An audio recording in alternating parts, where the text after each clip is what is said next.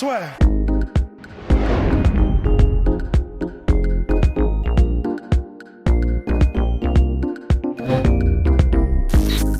Bien, bonjour à toutes et à tous et bienvenue dans le podcast La Soirée avec Monsieur Lionel Brézéfin, cadre technique à la Fédération française de boxe. Donc on va parler, Lionel, de ta carrière, du MMA en France bien évidemment, mais aussi des compétitions IMAF qui ont quand même une part importante dans le MMA et qui veulent prendre un petit peu de la place au fur et à mesure des années pour pourquoi pas que le MMA devienne un sport olympique d'ici LA 2028. Donc Lionel, déjà, merci beaucoup d'être avec nous aujourd'hui. Merci à vous surtout pour l'invitation, ça fait plaisir. Et est-ce que tu peux un petit peu déjà te présenter, on va dire, quelles sont tes responsabilités au sein de la FF Box et puis ton parcours aussi, parce que c'est vrai que tu es dans le circuit depuis un petit moment. Au sein de la FF Box, j'interviens en qualité de cadre technique national. Donc, je suis un cadre d'État, je suis payé par l'État et j'interviens dans le projet de structuration du MMA. Et je suis aussi coordinateur de la performance au sein des pôles. Et là, j'accompagne justement ce projet de structuration, puisqu'en fait, j'ai collaboré avec Jean-Baptiste Marceau, le directeur administratif et financier, et Arnaud Romera à l'élaboration en fait de l'AMI, qui a permis l'obtention de la délégation le 31 janvier. Et comment ça s'est passé exactement? Comment ils sont venus vers toi? Parce que on t'avait déjà interviewé, donc là, quand tu évoluais, on va dire, pour représenter la France finalement en tant que head coach, comment ça s'est passé ensuite pour aller jusqu'à la fédération de boxe? En fait, initialement, moi, j'avais passé tous mes diplômes fédéraux au sein de la Fédération française de kickboxing et Muay Thai. Donc, j'étais à la FFKMDA. Ensuite, j'ai passé un BP à la FFKMDA. Ensuite, j'ai passé un DES. Et avec le DES, j'ai pu passer le concours de professorat de sport, mention boxe. Puisqu'en fait, tous les 2 ans, il y avait un concours de publié pour la boxe. Il n'y avait pas de concours publié pour le pied-point. Donc, en fait, l'activité qui se rapprochait un peu de celle que je connaissais, c'était la boxe. Du coup, j'ai passé le concours et j'ai été reçu au concours. Donc, c'est comme ça que la Fédération française de boxe a pris connaissance, en fait, de mon existence. Et à l'issue du concours, j'ai pu intégrer en mars 2019 les effectifs de la Fédération française de boxe. Et le dossier, l'AMI, l'appel à manifestation d'intérêt, est arrivé en juillet. Donc, comme le DTN savait que moi, je venais du MMA et du pied-point, notamment, eh ben, il m'a proposé de constituer et de participer justement à l'élaboration du dossier de l'AMI. Voilà. Donc, en fait, c'est moi qui suis allé vers eux. Et on va dire que là, les derniers mois, pour toi, tu les as vécus comment? Parce que nous, on va dire, en tant que fans, et puis les ressentis qu'on a, hein, les gens, il y a énormément d'attentes. Mais pour toi, est-ce que ça a été, lors des assises, vous aviez bien dit vous étiez vraiment attendu au tournoi. Est-ce que ça a été hyper challengeant? Est-ce que tu t'attendais à ça? Est-ce que tu as été surpris par, je sais pas moi, tous les médias qui se sont intéressés à ce que vous faisiez? Explique-nous un petit peu. En fait, la constitution du dossier, moi, comme tu l'as dit, j'avais travaillé aussi avec la CFMMA, donc l'environnement MMA, c'est un environnement que je connaissais assez bien. Le fait d'avoir fait aussi un parcours avec notamment le DES à l'INSEP, etc., ça permet aussi d'avoir des perspectives et une vision du sport qui est un petit peu plus élargie, puisqu'on met en place notamment tout ce qui est question de développement, de formation, enfin tous les aspects qui tournent autour de l'activité MMA, pas uniquement l'aspect compétitif. Ce qui fait qu'à la constitution du dossier, pour moi, le dossier était solide et c'était cohérent en fait. C'était pas, j'ai pas été surpris. Ce qui m'a surpris, c'est que les gens ne comprennent pas que ce soit la boxe qui puisse l'avoir, étant établi qu'il n'y avait pas de discipline proche du MMA en boxe en fait. Ouais. Mais quand toi tu fabriques le dossier et que tu sais quels sont les points sur lesquels le ministère est sensible, quels sont les axes de développement que tu peux apporter, en fait, pour nous, c'est une continuité du projet. Après, les acteurs, ils sont oui, dans l'attente et dans l'expectative. Donc, c'est à nous aussi de pouvoir les rassurer dans un premier temps et puis, dans un second temps, apporter aussi tout ce dont ils ont besoin pour que ce développement, justement, se fasse le mieux possible et le plus rapidement possible, dans les meilleures conditions. Et là, est-ce que le coronavirus va jouer un petit peu? On a l'impression que non, mais peut-être que ça va avoir un impact sur le calendrier? Alors, le pari dès le départ, ça a été de digitaliser. C'est-à-dire que l'environnement sportif, on le connaît. La structuration fédérale pour la fédération de boxe, elle a été montée en 1905. Donc c'est une fédération qui est assez ancienne. Le but du jeu, c'était pas de faire un copier-coller. Aujourd'hui, on sait que l'environnement sportif, il est différent. On a une émergence des structures privées. Donc en fait, on peut plus proposer un schéma fédéral qui correspond à un schéma fédéral, ne serait-ce que d'il y a 10 ans, puisqu'en fait, le contexte économique autour du sport n'était pas du tout le même. Donc en fait, on est parti sur l'idée de tout digitaliser dès le départ, y compris les formations. Donc la chose la plus importante et la mise en œuvre prioritaire, c'est les formations pour qu'on puisse avoir des gens qui soient aptes et qualifiés pour encadrer l'activité MMA à partir du moment où ça sera lancé, c'est-à-dire en septembre. Donc là, la plateforme de formation est en ligne. Il n'y a qu'une partie qui sera en présentiel. Donc effectivement, le confinement va peut-être altérer ce que nous, on avait prévu pour les validations en présentiel, notamment la validation pédagogique. Et comment est-ce qu'elles se passent, du coup, les formations en ligne? Donc, tu prendras tu vas souscrire en fait avec une tarification, tu vas souscrire un accès. Et cet accès te permettra d'accéder aux différents contenus. Les contenus sont répartis en capsules. Donc, tu auras une capsule, par exemple, sur la sécurité de la pratique, une capsule sur la gestion des publics. En fait, comme on retrouve sur une qualification de formation sportive classique, sauf que tu pourras le faire de chez toi, sur ta tablette, sur ton smartphone, ou etc. Et à l'issue de ça, tu auras des QCM donc, qui sont chronométrés, qui sont en rapport avec les cours que toi, tu as eu l'opportunité d'étudier. Et puis, tu vas valider comme ça tout ton parcours. C'est un parcours de qualification classique. Ce qui fait que toute la partie théorique, tu l'auras déjà faite chez toi, à ton rythme. Tu auras juste à venir et t'inscrire sur des séances de validation en présentiel, de la méthodologie et de la pédagogie, en fait. C'est un peu comme quand on passe le code, quoi.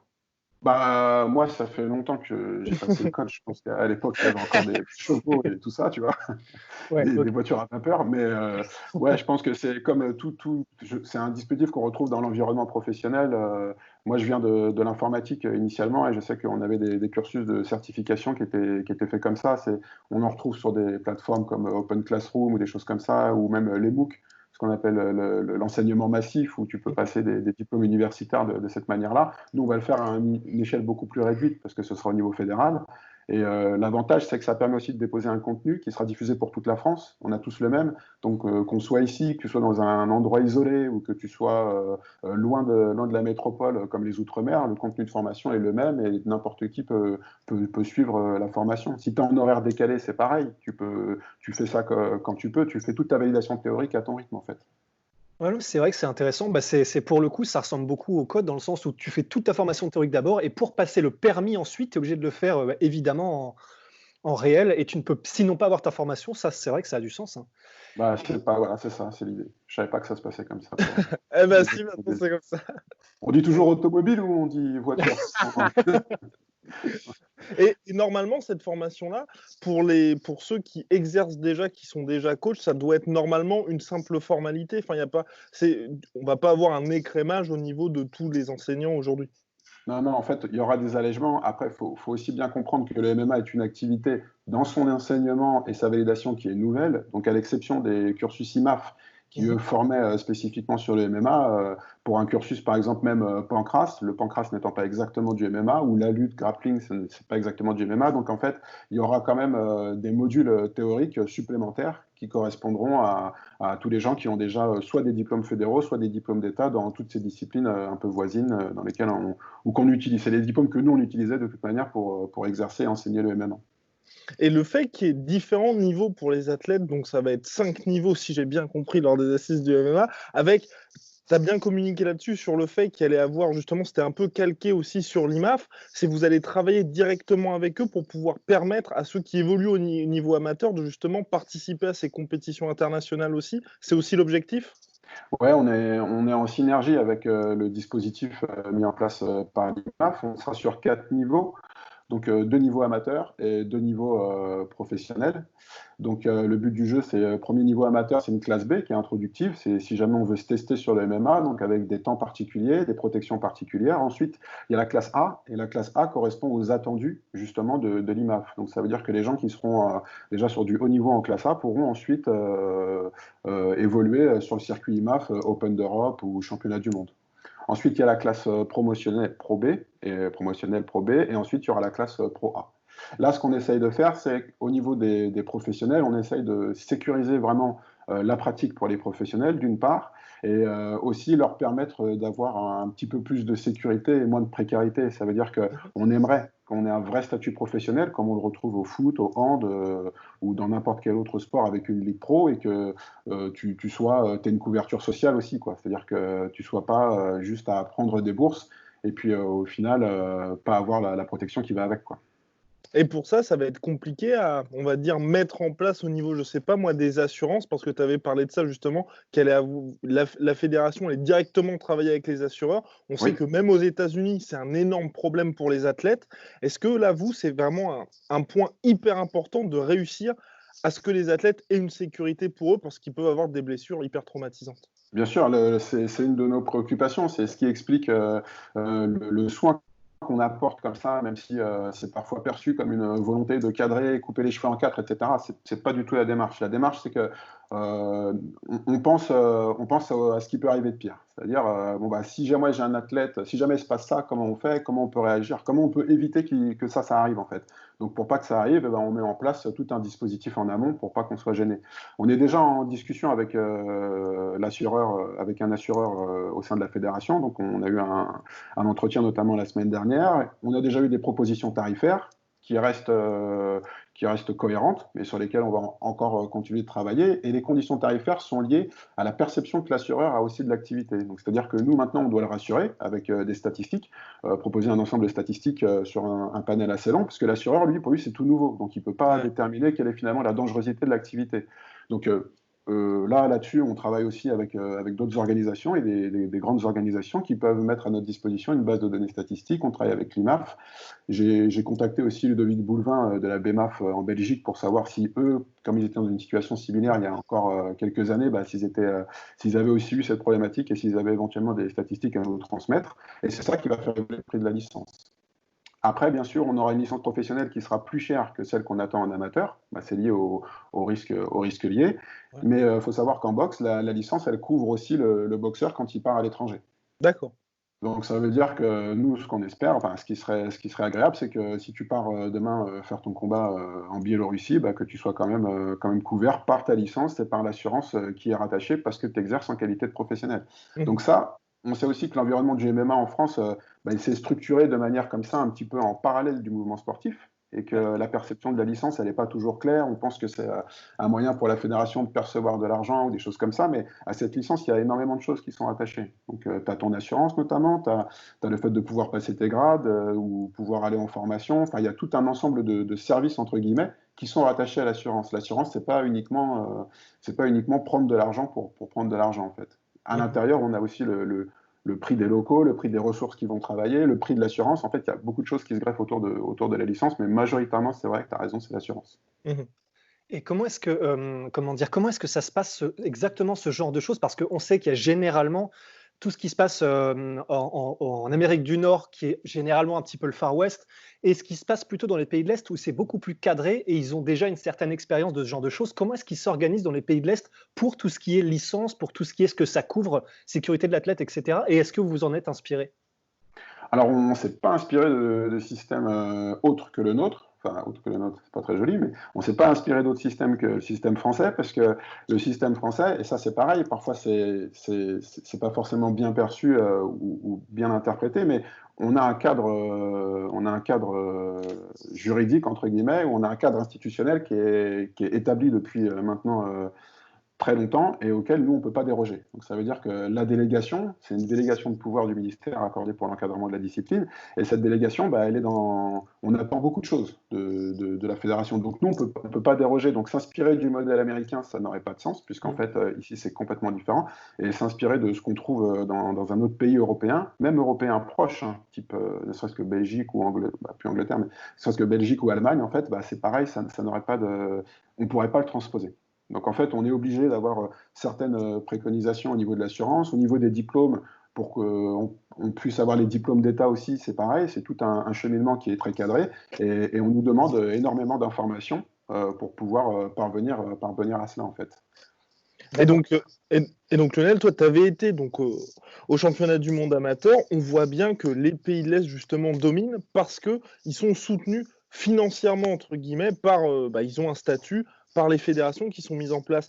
dans la volonté de ce qui a été évoqué lors des assises du MMA, on voit vraiment que le parcours amateur, vous mettez vraiment l'accent là-dessus. Est-ce que pour toi, l'objectif, c'est que quand les athlètes soient amateurs, ils puissent justement bénéficier soit de bourses ou d'accompagnement de façon à ce que quelqu'un qui débute, je ne sais pas, moi je vais dire à 25 ans, il ne soit pas obligé de se dire je passe pro directement et dire bah, je vais avoir la fédération qui va me soutenir pendant ces 2 ans et toi tu travailles avec eux pour dire bah, on a les championnats d'Europe, les mondiaux et ensuite quand tu passes pro, bah, là ça devient vraiment intéressant pour toi. Bah, en fait, c'est exactement ça. Donc, en vérité, c'est pas tant la fédération qui te soutient, c'est le mouvement sportif, dans le sens où ce qu'on aimerait, et c'est ce qu'on vise, je sais pas, on va tout faire pour y parvenir, mais c'est l'obtention du statut sportif de haut niveau, en fait. Donc, le statut sportif de haut niveau permet d'avoir des dispositions particulières, et tu peux avoir aussi ce qu'on appelle le double projet, c'est-à-dire que tu peux avoir ta carrière sportive et en parallèle, tu peux avoir ta vie d'athlète. Tu peux passer un diplôme aussi sur des créneaux aménagés. Tu peux avoir des partenariats. Tu peux avoir une reconnaissance aussi de certaines collectivités territoriales. C'est-à-dire que tu peux avoir ta mairie qui te donne une allocation, plus le conseil général, etc. Donc, ça te permet quand même d'avoir un revenu. Et puis, pour le coup, bah, tu peux aussi te focaliser, toi, sur ta carrière d'athlète ou sur la compétition. Donc, ça, c'est des choses qu'on obtient avec le statut sportif de haut niveau. Mais après, si tu veux, c'est comme un fil que tu tires. C'est-à-dire que Ouais. c'est ce que tu veux. Maintenant, comment on fait pour l'obtenir? Bah, tu tires le fil, on dit ah, bah, si vous voulez statut sportif de haut niveau, il faut que vous ayez des compétitions de référence. Donc après, on nous demande bah, quelles sont les compétitions de référence. Bah, en l'occurrence, il faut qu'on évoque ce qui se fait avec l'IMAF, parce qu'aujourd'hui, on a un rayonnement européen et puis même mondial. Et donc après, il faut à chaque fois remonter le fil. Et après, quels sont nos cursus de formation, quels sont nos cursus de détection, nos cursus de détection, de sélection. Et en fait, à chaque fois, il faut que nous, on soit capable de justifier. Et une fois que ça, ce sera justifié et bien justifié, on espère pouvoir obtenir ce statut, en fait. Et pour l'instant, quel a été dans tout ce processus, on va dire, ce qui a été le plus challengeant, on va dire, pour vous jusqu'à maintenant? Là, pour l'instant, c'est l'adhésion. C'est-à-dire que vraiment ce qu'on espère, on est confiant sur le projet. Donc, en fait, nous, ce qu'on espère, c'est un maximum d'adhésion, puisqu'en fait, moi, je veux l'aborder comme un projet collectif. Et donc, plus j'ai d'adhésion, plus c'est collectif. Et en fait, plus on a d'idées et plus on a de personnes de ressources qui sont capables de nous apporter aussi leur connaissance et leur expertise, et puis de donner aussi, insuffler quelque chose comme ça à ce mouvement-là, en fait. Mais effectivement, tu vois, ne serait-ce qu'en parlant, on se rend bien compte que le paysage de structuration, c'est un paysage qui est très très vaste, hein, il couvre beaucoup de domaines. Donc de l'extérieur, les gens se disent, ils ont tellement de choses à faire en si peu de temps, ou comment, tu vois. Mais en fait, l'organisation du sport en France est vraiment méconnue, elle est assez peu connue en fait. On pense que une fédération, c'est juste, on arrive, on prend sa licence, on fait des compètes et puis on rentre à la maison. Mais Ouais. pour que ça fonctionne, derrière, il y a énormément de rouages. Et puis la majorité des fédérations, comme je te l'ai dit, elles ont un siècle, voire plus. Donc, ce qui fait qu'aujourd'hui, il n'y a plus personne qui fait de la structuration de A à Z. Aujourd'hui, Ouais, on fait bien sûr. tourner des systèmes existants. Tu vois. Donc là, nous, ce qu'on fait, c'est nouveau. On ne fait pas rentrer une discipline comme ça dans le champ sportif français tous les ans. Et tu as évoqué le système de grades. Ça a été quoi l'idée derrière ça? Et comment est-ce que ça va du coup s'organiser, sachant que pour du MMA, c'est vrai que on pourrait se dire que ça peut ne pas être adapté ou quoi que ce soit. Comment est-ce que du coup tu décrirais les choses? Ouais, alors moi j'étais dans cette position justement sur les grades il y a quelques années où je voyais pas l'utilité des grades. Enfin, il y a 5 ans, tu m'aurais parlé des grades, c'est pareil, j'ai eu des discussions comme ça avec Bertrand Amoussou notamment, puisque c'est lui qui a proposé ce système de grades à l'IMAF, et effectivement je comprenais pas je comprenais pas le truc. Donc moi j'étais avec ma casquette entraîneur de la CFMMA, donc si tu veux, du coup, je voyais pas ça de cette manière-là. Après, maintenant, la particularité qu'on a en France aussi, c'est qu'on a des gens qui sont déjà qualifiés ou formés. Enfin, ce sont des gens qui sont déjà formés, qui sont déjà des combattants et des athlètes. Mais par contre, on sait qu'on a des disparités techniques. Il va falloir, mine de rien, si on veut organiser des compétitions et que ces compétitions, on n'ait pas d'écart technique trop important, il va falloir qu'on ait une manière de pouvoir évaluer les gens, en fait. Et le seul moyen qu'on a d'évaluer les gens, c'est de pouvoir mettre en place un système comme ça qui inclut une progression technique. Donc les grades, ils ont plusieurs vocations. La première vocation, c'est de pouvoir déterminer techniquement un petit peu ce que les gens savent faire ou pas. Ça ne veut pas dire on ne va pas faire des grades avec une précision millimétrée comme on retrouverait sur du karaté kata. C'est pas ça le but. Le but, c'est de dire quelles sont toi les dispositions que tu as sur certaines phases de transition, sur le travail au sol, sur le travail debout. Qu'est-ce que tu sais plus ou moins faire en fait? Et en fait, à chaque fois, on a une granularité qui augmente comme ça autour des attendus. L'autre avantage des grades aussi, c'est qu'il permet d'avoir une progression pédagogique qui soit contrôlée et qui soit vraiment cohérente. Donc ça veut dire que effectivement, quelqu'un qui arrive dans ta structure, tu vas pas commencer par faire des JG à la volée en fait. Non. En fait, on va commencer par ça, puis on va faire des formes de corps, et puis des formes de corps, on va pouvoir faire des liaisons, et puis des liaisons, on va faire nos liaisons, puis l'amener à la lutte, et puis etc. Puis au début, on va faire de la lutte avec au niveau genou, puis niveau hanche, puis niveau épaule, puis et ainsi de suite. Et en fait, l'intérêt, c'est de pouvoir aussi le référentiel technique MMA, de pouvoir le mettre comme ça dans des tiroirs et de dire qu'effectivement, il faut un niveau de compétence ou un niveau de pratique pour pouvoir enseigner ou proposer telle ou telle technique. Et en fait, le simple fait, c'est que ça, c'est généralement dans nos têtes. On le sait très bien en tant qu'entraîneur. On le sait très bien. Là, le seul truc, c'est qu'on va partir sur une réflexion. Et en fait, cette réflexion, elle est posée dans un cadre. Et c'est là qu'on peut dire, cette technique, effectivement, par rapport à ce que toi tu demandes, elle est plus là ou là, et on va pouvoir la disposer. Et en fait, c'est à ça que vont nous servir les grades. À la fois pour évaluer, pour se prémunir aussi de disparités techniques, et puis à la fois pour avoir un référentiel pédagogique progressif qui nous permettra de nous adresser à tous les publics, y compris le public enfant. Et pour l'existant, entre guillemets, par exemple, on va Taylor Lapillus, qui est un ancien combattant UFC, comment ça va se passer? Lui, directement, il aura le plus haut niveau du grade, ou il devra passer petit à petit les différents grades? Alors, il devra repartir depuis le grade blanc et tous les 2 ans passer un grade. Non, pas du tout. On va pas faire ça. Ça serait pour ça. Non, on va surtout pas faire ça.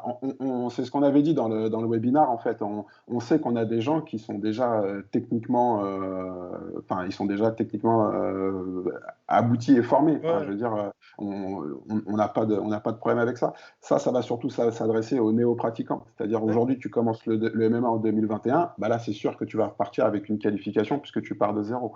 Mais pour les gens qui sont déjà là, en fait, c'est juste sur certaines étapes. Donc, si par exemple, tu prends le cas de Taylor, nous, ce qu'on souhaite mettre, c'est justement, et c'est toujours pareil, c'est des mesures qui sont temporaires. C'est le temps qu'on ait une régulation. Là, on a différents types de publics et différents types de profils. Donc, en fait, il faut juste qu'on arrive à remettre tout le monde, à harmoniser le tout. Donc, si tu prends le cas de Taylor, il faudra que les compétiteurs passent juste une certification, une fois, une certification technique pour dire, OK, à ce moment-là, tu peux aller en Pro A et il n'y a pas de souci. Si par contre, cette spécification, en fait, on va évaluer les capacités techniques défensives, donc défensives en percussion, en lutte et au sol. Ce serait très dangereux de mettre quelqu'un qui, par exemple, est très fort debout et très fort en lutte, mais qui n'a pas du tout de défense au sol, et dire, ça y est, demain, tu peux travailler, tu peux aller combattre en pro. Là, on va avoir un problème. Et je pense que, c'est ce que j'ai déjà dit, c'est que pour des cas comme Taylor ou des pros qu'on a depuis maintenant un certain nombre d'années, pour eux, c'est une formalité. C'est un truc qui prendra 40 minutes, et en 40 minutes, c'est terminé. Et dans cette certification, il y a une vérification médicale, donc avec un suivi des commotions, vérifier que les gens n'ont pas des commotions. Tu peux très bien te promener avec une commotion sans en être forcément informé. Donc après, on a des circonstances aggravantes. Donc il y a une vérification médicale, une vérification technique, et après il y a une présentation aussi de ce qu'est l'environnement professionnel. Donc qu'est-ce que tu vois sur un petit peu la gestion de contrat, même le cutting, etc. Tout ce qui englobe un petit peu le statut pro. C'est-à-dire que les gens qui embrassent la carrière professionnelle, il faut quand même qu'ils en soient informés. Pendant longtemps, quand tu étais fort à la salle, tu passais pro. Donc, tu faisais des découvertes sur le terrain. On va essayer de minimiser ça au maximum. Et justement, la sécurité est au cœur véritablement du projet. On voit en MMA, pourtant, qu'il y a des cas comme Israël et DCA, énormément, on va dire, de combattants qui débutent directement en pro sans être justement des produits finis et aboutis et qui ont des lacunes ou qui sont par exemple beaucoup plus faibles au sol ou debout parce qu'ils sont à chaque fois matchés contre des adversaires favorables. On va dire c'est généralement au bout du 5e combat que tu as vraiment du vrai MMA entre guillemets. Est-ce que ça, avec ce système-là, ça va être beaucoup plus difficile pour les athlètes français justement de pouvoir directement se lancer chez les pros sans être aboutis? C'est ce que je dis sur les vérifications défensives. On n'attend pas de toi que tu aies une défense de ceinture noire de lutte à livrer ou de jiu-jitsu brésilien. C'est pas le but.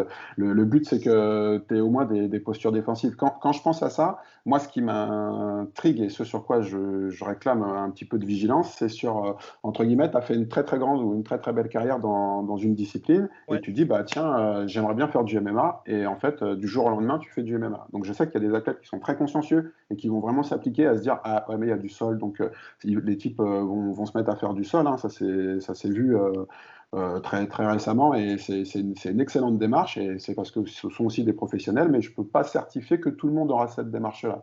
Donc moi, c'est juste ça. Comme on aura un effet de mode un peu sur le MMA, les premières compétitions, qu'il y aura une facilité de se dire bah, pourquoi pas, j'ai envie de me tester, et qu'on arrive sur des choses qui soient vraiment avec des écarts trop importants. C'est vraiment ça qu'il faut surveiller en fait. Donc finalement, il y aura juste en fait à passer cette certification-là pour ensuite se lancer C'est chez les ça, pros. Voilà, ouais, d'accord, c'est tout ça. à fait. Oui, oui. Du coup, simplement, si je comprends, pour ce qui est des ceintures, est-ce qu'il faut la ceinture noire dans le système auquel vous réfléchissez pour être professionnel et pouvoir combattre en professionnel? Ce sera, là pour l'instant, ce qu'il faudra, c'est que les pros aient un niveau de ceinture noire. Si tu veux. Il faut qu'ils aient le niveau. On va pas faire un repassage de grade sur tous les pros. Mais après, il faut voir le système de ceinture comme abouti, surtout pour les néo-pratiquants. Ça va moins concerner les gens qui sont déjà en exercice ou formés. Enfin, je veux dire, je ne vais pas reprendre des compétiteurs d'expérience pour lui dire bon, on repart, tu me fais une forme de corps, tu fais des. Je pense que ça va durer 5 minutes cette histoire. Donc en fait, non, c'est pas du tout le but. Le but, c'est qu'il faut qu'on prenne en compte les publics qu'on a actuellement, qu'il va falloir ordonner, et puis pour qu'on puisse avoir une continuité, comme je l'ai dit, qui soit en rapport avec ce qu'attend aussi le mouvement sportif français. Et puis en même temps, il faut qu'on prenne en charge aussi tous les publics qui vont arriver. Donc en fait, et pour ça, on n'a qu'un seul temps. On a un temps avec deux publics et des attentes différentes. Mais par exemple, du coup, pour un gars, parce que si ça s'adresse aux néo-pratiquants, pour un gars comme Ngannou, par exemple, qui Ouais. là, il va probablement, on croise les doigts, comment dire, combattre pour le titre dans l'année qui arrive, et il reste un peu comme un Crocop à l'époque, mais au sol, par exemple, bon, clairement, c'est pas le meilleur au sol. En lutte, il est extrêmement athlétique, c'est pas le meilleur non plus. Si un gars comme Ngannou venait aujourd'hui à commencer le MMA, bon, il y a des chances qu'il éclate tout le monde de toute façon. Mais comment est-ce que ça se passe au niveau de la progression en grade, sachant que ses facultés athlétiques et son style font qu'il bat tout le monde, et pourtant il n'aura probablement pas les compétences pour passer les différentes ceintures. Comment est-ce que ça se passe dans ces cas-là? Alors, pour dire ça, il faudrait qu'on connaisse les compétences qui sont rattachées aux différentes ceintures, jeune homme. Et en fait, pour l'instant, c'est pas vraiment le cas. Donc aujourd'hui, tout le monde fustige le système de grade, mais sans jamais avoir lu le contenu. Donc ça, c'est propre aussi à notre tempérament. Donc c'est rigolo. Mais en fait, non. Typiquement, à partir du moment, ce qui est attendu sur la validation, c'est un minimum de lutte et un minimum de sol. Je le redis, ce qu'on veut, c'est pas avoir un transfuge d'une discipline en particulier qui, par exemple, un transfuge de la lutte, qui se dit bah, j'ai fait de la lutte à haut niveau, je suis en fin de carrière, et je me dis bah, tiens, je vais aller sur des compétitions de MMA parce que désormais c'est possible, et désormais c'est à côté de chez moi, et désormais je peux gagner un peu d'argent avec ça. Et tu te retrouves comme ça dans une enceinte fermée et tu n'as pas du tout de percussion. Donc là, on a un problème. Donc, comme tu l'as dit, je pense que Francis, il a quand même une lutte, et il a quand même un sol pour ne pas se retrouver en danger, tout du moins quand il est dans la cage. Après, c'est une perception, c'est ce que j'ai dit, on n'attend pas une qualité technique, on n'attend pas une maîtrise noire de lutte pour un professionnel. On est conscient de la particularité du MMA, on sait aussi que c'est un sport à haute incertitude, donc en fait tout est possible, tu peux être le meilleur au sol, mais si en fait tu prends une percussion, bah, le combat s'arrête, et ainsi de suite. Donc on est conscient du caractère de l'activité. Cependant, il faut voir les choses aussi de cette manière-là. Il faut faire attention à ce qu'on n'ait pas demain l'organisation de compétition avec des gens qui ont fait 2-3 combats en Belgique ou autour de la France, et qui disent moi je suis professionnel, et à ce moment-là effectivement je les mets dans la même cage qu'un Taylor Lapillus ou qu'un Salah, et là on va voir ce qui va se passer, et ça va être terrible. Mais pas pour les deux personnes citées. Et en fait, c'est surtout ça c'est à ça qu'il faut faire attention. C'est vraiment pour trier et pour dire attention, peut-être que la qualification technique, elle est pas au rendez-vous. Mais c'est pas quelque chose de restrictif ou qui cherche à vouloir mettre systématiquement des cases partout. Et j'avais deux questions par rapport à ça, Lionel. Justement, le niveau de grade ceinture, c'est très bien pour la France parce que justement, on va dire, les gens vont pouvoir se dire, bon, bah, tel niveau correspond à ça. Est-ce qu'il y a des discussions justement avec l'IMAF pour faire en sorte que ça devienne universel? Parce qu'on sait que par exemple en Muay Thai, il y a des ceintures noires de Muay Thai, mais ça veut tout et rien dire, on va dire. Ouais, Et, les Pradjets. Ouais. alors que là, si par exemple tout le monde se met à voir les grades, c'est vrai que quelqu'un qui va aux États-Unis, comme en France, comme ailleurs, directement, les gens se diront effectivement, on peut les matcher l'un contre l'autre, et puis tu as une idée tout simplement. Est-ce que vous en avez discuté avec l'IMAF de ça? Alors, il y a plusieurs choses. C'est-à-dire que là, l'IMAF a publié la semaine dernière un référentiel qui dit que pour participer à certaines aux compétitions IMAF, désormais, il faudra un grade. Donc, ça veut dire que maintenant, il y a un grade attendu. Donc, ça veut dire que de toute manière, pour les gens qui voudront s'inscrire sur un cursus IMAF, il faudra l'utiliser. Après, moi, ce qui m'intrigue, c'est quand je lis, ouais, mais tu vas être ceinture noire de MMA comme McGregor. Donc en fait, non, c'est toujours pas ça l'idée. Donc ça, c'est pareil, il faut arrêter. Après, il faut faire attention, faut être vigilant sur quelque chose. C'est-à-dire que la pratique compétitive, ça représente 10%. C'est 10% de la pratique sportive dans la majorité des sports. Et nous, comme on est sport de contact et il y a quand même pas mal de contacts, je pense qu'on peut même être un peu moins de 10%. Ouais. La pratique compétitive à très haut niveau, c'est encore autre chose. C'est-à-dire que là, c'est pareil, je pense qu'on a assez peu de Français, je vous laisse faire le compte en fait, mais qui sont vraiment dans des grosses organisations. Ouais. Donc là, en fait, il ne faudrait pas non plus qu'on soit en train de se poser des questions et de réfléchir sur un système qui va concerner, ça se trouve, que 5% de l'ensemble de nos pratiquants. Quand je parle moi du MMA dans sa vision globale et dans sa globalité, c'est-à-dire que moi j'ai aussi une réflexion par rapport sur le sport scolaire. J'ai une réflexion sur ce qu'on peut apporter aussi en termes de développement, ce qu'on peut proposer dans l'accueil collectif des mineurs, etc. Et en fait le but c'est ça. Le but c'est d'amener un maximum de gens à la pratique. Plus on ramènera de gens à la pratique, plus on pourra constituer une base de compétiteurs intéressante. Plus on aura une base intéressante, plus on aura des talents qui vont se révéler. Plus on aura de talents, plus on aura de gens qui feront du haut niveau. Donc en fait, le nivellement de l'activité, il se fait toujours par la partie non compétitive qui va se mettre à faire de la compétition pour exceller sur une élite. Et le MMA, c'est une pyramide inversée où en fait on a structuré la discipline à partir de la forme compétitive. C'est-à-dire que le MMA, il s'est structuré comme ça. On a mis des gens dans une enceinte fermée, on a regardé ce qui se passait, on en a fait une discipline, et maintenant on se dit, peut-être qu'on peut l'enseigner. Et en fait, c'est la spécificité du MMA, c'est une pyramide inversée. Ça n'existe pas, ça n'existe dans aucun autre sport, en fait. Donc en fait, on a vu l'activité et on s'est dit comment on pourrait le faire. Et puis là, il ne faut pas qu'on ait la même réflexion à se dire, on regarde que la pointe en fait, et on se dit comment on va faire pour que cette pointe elle ait des grades ou en fait, la réflexion elle est pas orientée dans ce sens-là, elle est dans vraiment l'encadrement et puis le développement de la pratique. Après, c'est vrai que, comme tu lis, il y aura évidemment beaucoup plus d'amateurs, on le voit d'ailleurs chaque fois qu'on va dans les clubs de MMA, mais c'est vrai que même Roxana Maracineanu, donc la ministre des Sports, avait dit que ça allait être un bon tremplin de reconversion pour les athlètes, parce qu'on sait qu'on est bon en lutte, bon en judo en France, et c'est vrai que pour ça, est-ce que vous avez prévu aussi un parcours un petit peu spécial pour ces athlètes-là, les Olympiens, entre guillemets, qui décident justement de faire la passerelle vers le MMA? Justement, c'est suite à cette déclaration, si tu veux, que je me dis il faut aussi éviter les mauvaises perceptions. Si on regarde des sites un petit peu ou des parutions comme Fightnomics, c'est tout à fait visible. On voit l'évolution du MMA en 10 ans, en fait. Et on voit que, notamment, on était sur 7 percussions à la minute il y a 10 ans et qu'on est passé on avait 7 percussions avec, sur les 7 percussions, 5 percussions qui touchaient. Aujourd'hui, on a dépassé les 10 percussions à la minute avec 7 percussions qui touchent. C'est-à-dire qu'on a plus de 70% de réussite sur la majorité des combats. Et ça, c'est moyenné sur 10 ans. Donc ça veut dire qu'auparavant, on pouvait peut-être penser que les MMA, c'était comme ça, des sports, et puis tu sais, c'était des trucs mis bout à bout, et que tout ça mis bout à bout, ça faisait du MMA. Aujourd'hui, on le sait très bien, le MMA, c'est plus ça du tout. On a des gens qui, justement, excellent en MMA, sans jamais avoir pris un cours de pied-point, strictement pied-point. Enfin, on le voit, on a des gens qui arrivent, et parce qu'en fait, c'est une hybridation de tous ces éléments-là, les notions de distance, de déplacement sont complètement différentes, les trajectoires ne sont pas du tout les mêmes, et puis on est vraiment dans quelque chose qui est beaucoup plus adaptatif. Donc en fait, il faut faire attention à cette idée de se dire j'ai fait du haut niveau dans une discipline, donc je peux forcément exceller en MMA. Ça sera un petit peu plus compliqué que ça. Et est-ce que tu peux nous en parler aussi un petit peu plus du protocole par rapport aux commotions? J'ai entendu différentes choses, notamment 3 KO d'affilée s'il y a eu plus de 3 KO de défaite, je vais y arriver, par KO sur les, je crois, 5 derniers combats. Enfin, je ne sais pas exactement. Est-ce que tu peux nous redécrire ce protocole-là? Là, le protocole, on va l'affiner, mais il correspondra à ce qu'on retrouve aujourd'hui en boxe. Donc en fait, ça sera le même protocole de suivi des commotions que celui qu'on a en boxe. Donc effectivement, comme tu l'as stipulé, en fonction du nombre de défaites consécutives par KO, tu as un suivi qui est différent et puis tu as une période de reprise qui est aussi qui est modifiée. De même qu'à la fin de ton premier KO, tu as un délai à respecter avant de pouvoir recombattre.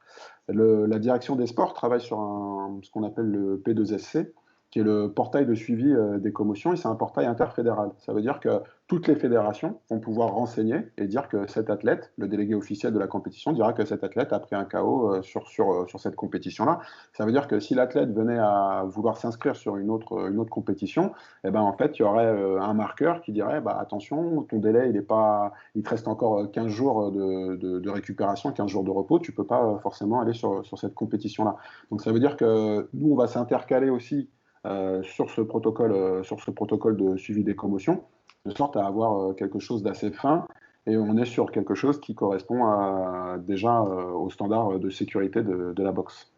Après, ce qu'on a fait, c'est qu'on a aussi créé un groupe, donc c'est un groupe de réflexion qui est un petit peu à part et isolé parce que sa tâche, ce sera ça, qui va travailler sur le suivi, et notamment la prévention, le suivi et le traitement des commotions. Donc pour ça, on a le professeur Sherman qui travaille déjà avec l'UFC.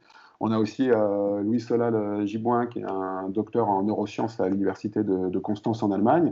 On a un des kinés des équipes de France de boxe. On a Rémi Lancou, qui est lui aussi kiné et qui est spécialisé comme ça sur le MMA et la traumatologie associée. On a Marie-Annick Machard, qui est médecin à la Fédération française aussi. Puis on a le docteur Savini, qui travaille qui est médecin du sport dans le rugby. Donc en fait, le rugby ayant aussi un protocole commotion, et d'ailleurs c'est un des seuls protocoles disponibles, il y a une application là sur l'App Store.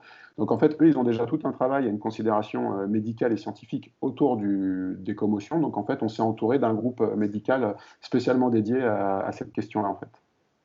D'accord. Parce que ouais, la sécurité des athlètes et la santé des athlètes est la priorité. Pour ceux qui souhaitent organiser justement des combats, est-ce qu'il va falloir qu'il y ait ça à chaque fois, qu'il y ait tel nombre, on va dire, je sais pas, d'ambulanciers qui soient présents, faire en sorte que même pour les athlètes à l'étranger, enfin les athlètes étrangers qui viennent en France, ils aient, je sais pas, un passeport, parce qu'il y avait ce justement passeport santé qui avait été présenté lors des assises du MMA. Est-ce qu'ils auront aussi besoin, eux, d'avoir un passeport santé? Est-ce qu'ils vont avoir besoin d'avoir, je sais pas moi, une licence temporaire quand ils viendront en France? Comment est-ce que ça va se passer exactement? Exactement comme à la boxe, qui a vraiment l'habitude d'organiser comme ça des compétitions avec notamment des combattants étrangers. Donc il faudra une licence temporaire, genre pour le temps de la compétition. Il n'y aura pas de dispositif médical outre celui qui est déjà prévu dans les textes et dans le code de sport pour l'encadrement d'une compétition. Donc en fait, on n'alourdit pas le système, on réutilise un système qui est déjà très efficace et très opérant en boxe, et en fait on le reproduit avec une vigilance. On a une réflexion aussi autour d'un protocole qui s'appelle le Safe MMA, donc qui existe chez les anglo-saxons, donc en Angleterre et en Irlande. Et le Safe MMA, en fait, lui, il a été mis en place. Il y a eu un accident dramatique il y a quelques années en Irlande qui avait entraîné le décès d'un combattant suite justement à une commotion. Et donc, effectivement, l'Irlande est devenue beaucoup plus restrictive. Donc, elle a posé des choses supplémentaires. Et par exemple, des compétitions comme le Bellator prennent tout à fait ça en considération. Ça veut dire que si le Bellator il arrive on va dire quand ils sont aux États-Unis, ils suivent le protocole national. Si par exemple ils doivent aller en Irlande, ils vont suivre le protocole Bellator plus le protocole Safe MMA à l'intérieur. Il n'y a aucun problème avec ça. Donc après, c'est vrai que c'est toujours pareil. On se dit ça alourdit.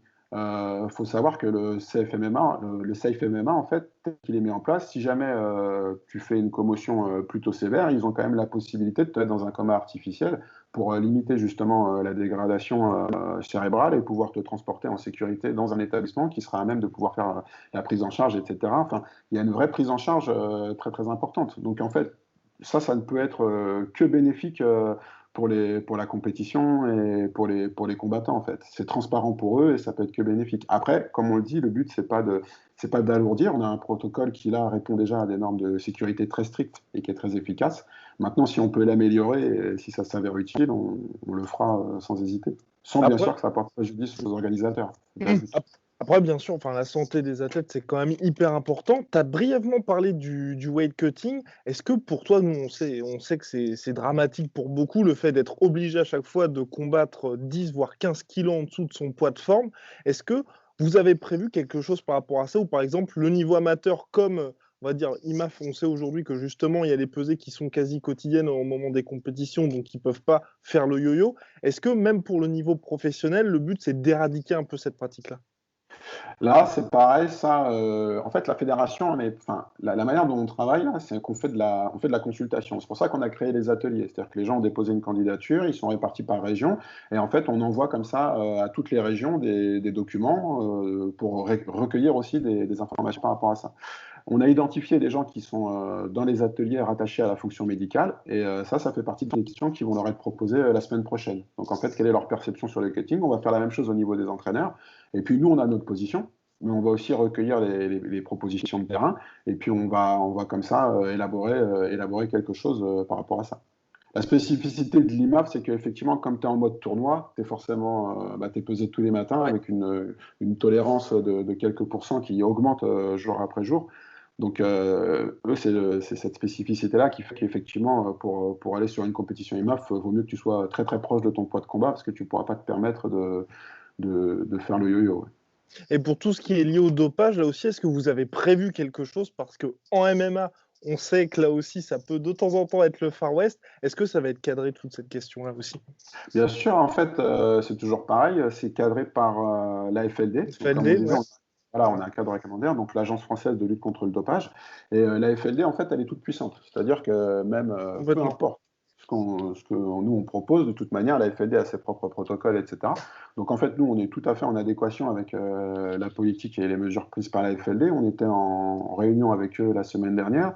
Ils ont déjà des sensibilités par rapport au MMA, puisqu'ils ont eu l'opportunité de pouvoir aller tester des athlètes dans certaines structures sur Paris. Donc, ils connaissent très bien l'activité. Ils sont tout à fait ouverts et favorables à l'échange avec nous. Il n'y a pas du tout d'a priori ni de rétention. Maintenant, nous, ce qu'on va proposer, c'est dans les cursus de formation, un dispositif qui soit gratuit, juste pour informer. C'est-à-dire qu'en parlant avec eux, ils nous ont dit qu'en fait, parfois les gens avaient des pratiques, mais ils avaient des pratiques qui étaient dopantes ou néfastes, mais par méconnaissance en fait, Mhm. par manque d'information. Donc, si les gens n'ont pas l'opportunité ou la volonté de venir sur un cursus de formation, ben, on se propose, nous, de quand même mettre à disposition toutes les informations relatives au dopage à titre informatif pour que quand même l'information circule et qu'on évite les dérives et les choses comme ça. Et toi, Lionel, là, en tant que. On sort un petit peu du cadre justement à la FF Box. Est-ce que je Pour le développe? M. Non. Pas du tout. D'accord. Excuse-moi. Dans le MMA, qu'est-ce que tu aimerais, on va dire, dans le meilleur des mondes, globalement, au niveau professionnel, même amateur, tu aimerais qu'il se passe quoi, qu'il se développe quoi, quand tu vois, tu te dis, tu aimerais bien qu'il y ait une généralisation de telle ou telle pratique, qu'est-ce que tu aimerais qu'il se passe là dans les années à venir sur le sport? Ce que j'aimerais, c'est qu'effectivement, on ait un processus de sélection et de détection qui soit comme sur la majorité des sports, et d'autant plus sur les sports avec des finalités et des perspectives de haut niveau. Donc j'aimerais bien qu'on ait une masse de pratiquants jeunes, parce qu'on est des sports à maturité tardive, c'est-à-dire qu'on a des gens qui arrivent assez tard sur la pratique. On se dit pas, on n'a pas des gens qui viennent faire du MMA, on n'a pas d'enfants de 8 ans qui disent, et on n'a pas de parents qui disent spontanément, ah, on va les mettre pour faire du MMA. Donc j'aimerais qu'on ait une modification de la perception de l'activité, qu'on puisse avoir comme ça beaucoup d'enfants auxquels on puisse faire au départ de la motricité, de la latéralisation, ce qui leur permet d'acquérir comme ça des habiletés, qui va permettre d'être transférés sur des formes de corps et autres, de sorte à ce qu'on ait une jolie base comme ça amateur, et que de cette base amateur, on puisse proposer des professionnels qui soient avec un niveau d'excellence et dans le cadre qu'ils méritent, quoi. C'est-à-dire que là, on a la chance d'être avec une fédération olympique. Toutes les fédérations ne sont pas des fédérations olympiques, donc on a tout un dispositif aussi et une expertise par rapport à ça. L'intérêt, ce serait vraiment, durant toute la période qu'on a là, de rebasculer cette expertise de fédération olympique sur cette jeune entité, de sorte à ce qu'elle puisse en tirer le meilleur quand elle sera indépendante, en fait. Et est-ce que tu penses que ce sera possible pour les Français finalement de ne plus avoir à s'exporter finalement? Et que, à part l'UFC, qui est bien évidemment la plus grosse organisation au monde, et que, comme la NBA, je pense qu'il n'y aura jamais personne qui arrivera à la rattraper, mais ils puissent se dire on reste en France, on combat en France, et finalement, soit ils partent, ils font une superbe carrière IMAF, ou alors chez les pros, mais ils restent en France. Ah, ce serait vraiment du top, quoi. Je veux dire, le but, c'est de toute manière, si on a plus de qualifications et qu'on touche plus de public, on aura forcément un niveau qui va augmenter. On va aussi augmenter la qualification des entraîneurs. Là, on travaille sur les diplômes avec la création d'un cursus diplômes fédéraux et ensuite BP, DE, DES. Donc, même si ça ne veut pas dire que ça va être mis en place tout de suite, mais en tout cas, c'est déjà évoqué. Donc ça veut dire qu'on aura une qualification supplémentaire qui sera assimilable à ce qu'on retrouve sur d'autres sports de haut niveau. Donc si le niveau national augmente, oui, ce sera le but, c'est ça, c'est que les combattants français ne soient pas lésés et qu'on n'ait pas de disparité ou de différence de niveau, qu'on ne soit pas obligé de s'exporter et de faire des sacrifices énormes pour pouvoir vivre sa passion, si le MMA est sa passion, quoi. Et financièrement, est-ce que tu penses aussi que ça pourrait finalement avoir une petite révolution, dans le sens où là, mondialement, grosso modo, même on sait que c'est très difficile quand on débute, et puis même quand on arrive à l'UFC, les athlètes ne sont pas énormément payés, mais est-ce que tu penses qu'avec le processus que vous êtes, enfin tous les process que vous êtes en train de mettre en place, en France, il pourrait y avoir une exception culturelle française côté MMA de ce point de vue-là? Je pense que la valorisation des combattants français, elle proviendra aussi de toutes nos filières de détection et filières d'entraînement, en fait. Et on sera plus, comme il y a encore quelques années, appelé pour boucher des fight cards et appelé comme ça au pied levé. Et ça, en fait, faut bien se dire que tout ce qui est fait là, hein, ça a l'air de rien, mais même une réflexion sur les grades, en fait, elle peut permettre à ce que dans 10 ans, finalement, tu sois mieux payé et que tu sois pas appelé au pied levé. Parce qu'en fait, il s'est passé énormément de choses entre le début et la fin, et que tout ça, c'est le fruit d'une mutation qui est assez lente. Donc oui, ça sera de toute manière profitable pour les professionnels français. Plus on aura une filière qui visera vers l'excellence, le haut niveau et la haute performance, et plus ils seront valorisés sur la scène internationale, on le sait. C'est ce qu'on voit, par exemple, tu vois, avec le football, par exemple. Ouais. Je veux dire, les joueurs français, ils n'ont pas à rougir, ils s'exportent très très bien, mais c'est des filières qui sont très très fines.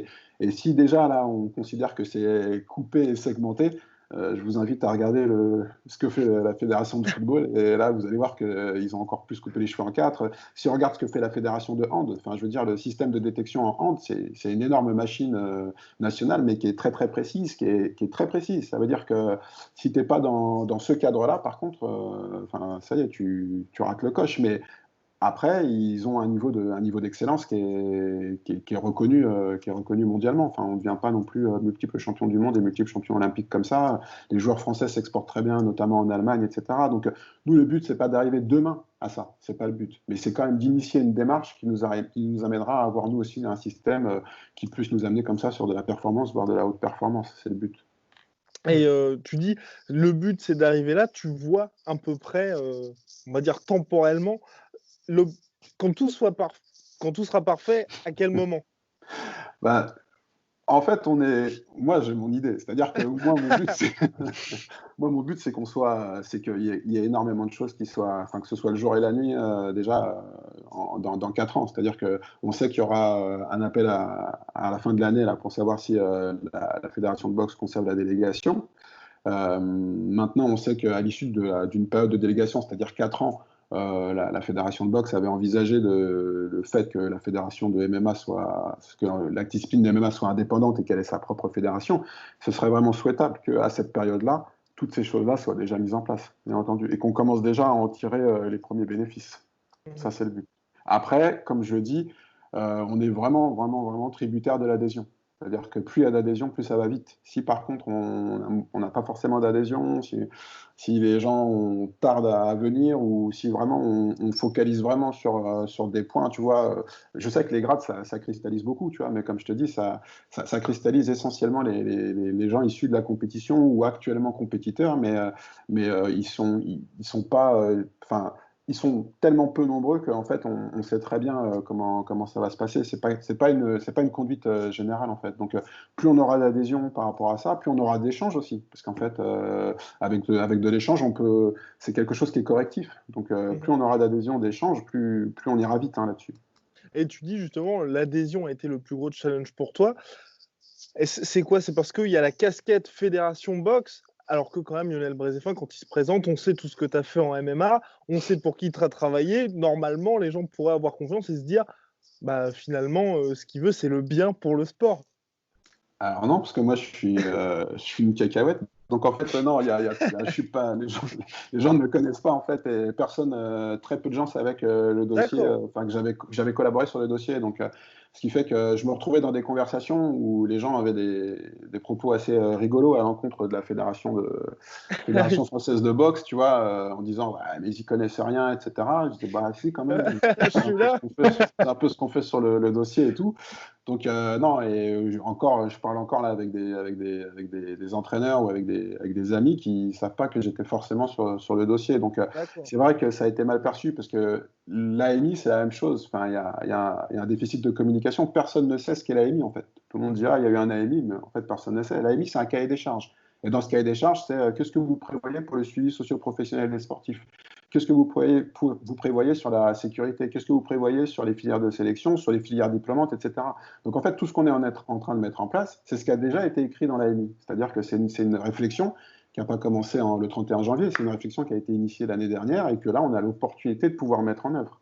Et en fait, le ministère, par rapport à cette réflexion, lui, il nous accorde sa confiance et il dit, bon, bah, apparemment, le projet que vous voulez mener, c'est celui-ci. Donc en fait, ce qui est intéressant, c'est que déjà les organes et les services de l'État sont de notre côté. C'est que la fédération de boxe, même en interne, on a quand même 70% d'adhésion dans le comité directeur, parce que les gens de la boxe auraient pu dire, écoutez, nous on a mieux à faire, c'est pas notre truc, on le met de côté. Mais mine de rien, on a quand même une majorité de gens qui sont bienveillants vis-à-vis du MMA.